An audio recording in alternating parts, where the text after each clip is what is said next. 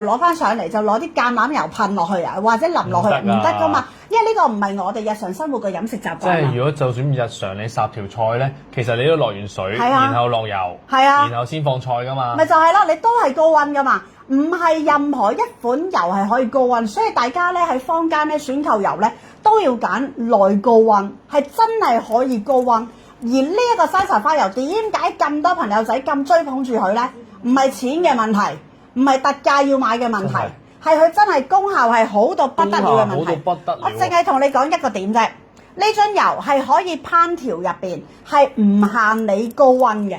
你超過180度、200度，佢都頂得上。煎炒煮炸係啊，佢唔會破壞咗佢嗰個油嘅結構啊！呢樣嘢好緊要啊！你諗下，山茶花油嚟煎蛋、煎牛扒都得，梗係得啦。哇！呢個一定有飲開，呢個一定有食開。係啊，一定有食開。同埋你知唔知道咧？呢一個油啊，呢個油唔係咁簡單㗎。我哋食用油咧有分有分幾樣嘢，有分 Omega 369啱啱先？呢個36咧就一定有㗎啦，逢油都有㗎啦，啱啱先？但係9咧唔係樣樣油有。但係呢一個嘅 Omega 9呢一個嘅元素咧，係咁多款油入邊，佢係 number one，最高嘅級別。所以你諗下啦，佢 Omega 369係齊晒嗱，齊晒咧唔代表高啊嚇。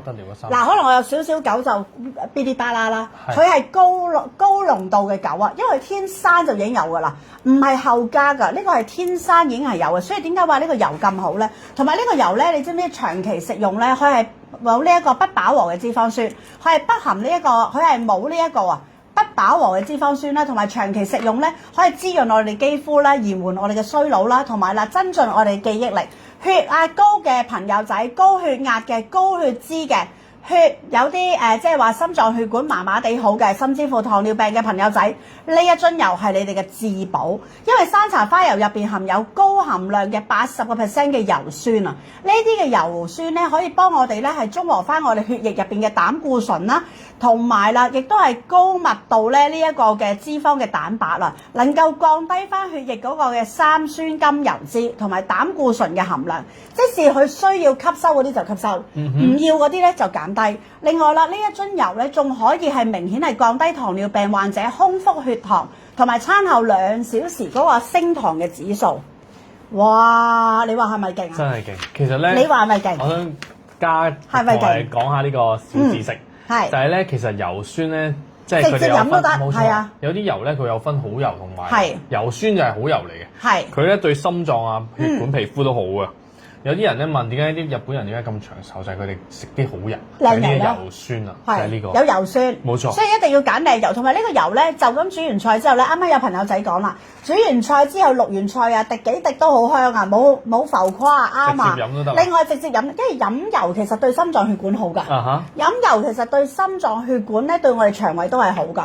有啲朋友仔真係飲油㗎，同埋你知唔知呢個油咧，用嚟點麵包好好食啊！點麵包咧落少少海鹽係好好㗎，同埋對血糖啦、對我哋嘅血管啦，呢個都係非常之好。另外呢個唔止啊，呢個入邊仲有角鯊烯添啊！呢支油除咗係用咗呢一個嘅呢一個山茶花籽之外啦，亦都有角鯊烯入邊幫我哋帶有抗氧化啦、抗疲勞啦。另外仲有新嘅元素啦，幫我哋嘅身體係去修復啦，同埋令到我哋還原我哋嘅好嘅身體。哇！你諗下呢啲係咩油嚟㗎？同埋呢樽油入邊仲要係強化翻我哋嘅心臟血管，防止炎症發生。哇！你講出嚟，你係咪都想要啊？同埋呢個入邊仲可以有呢一個嘅溶血劑啊，即係唔會咁容易同我哋可以塞血管啊。因為我頭先都講咗啦，膽固醇啊嘛，頭先人哋都講咗俾我哋聽啦，高血壓、高血脂同埋對血啊，對我哋心臟血管啊，對腦部都係好噶嘛。所以就係呢個油，同埋呢個油入邊咧有茶多酚，茶多酚仲要同我哋分解脂肪，分解脂肪幫我哋係增加我哋身體對腸道嘅健康。哇！仲要係通便，仲要係通便。如果腸胃唔好嘅朋友仔咧，如果成日排便排唔到嘅咧，除咗你一陣間我會介紹益生菌之外咧，你試埋呢個油，飲油啊！每日朝頭早走去飲油。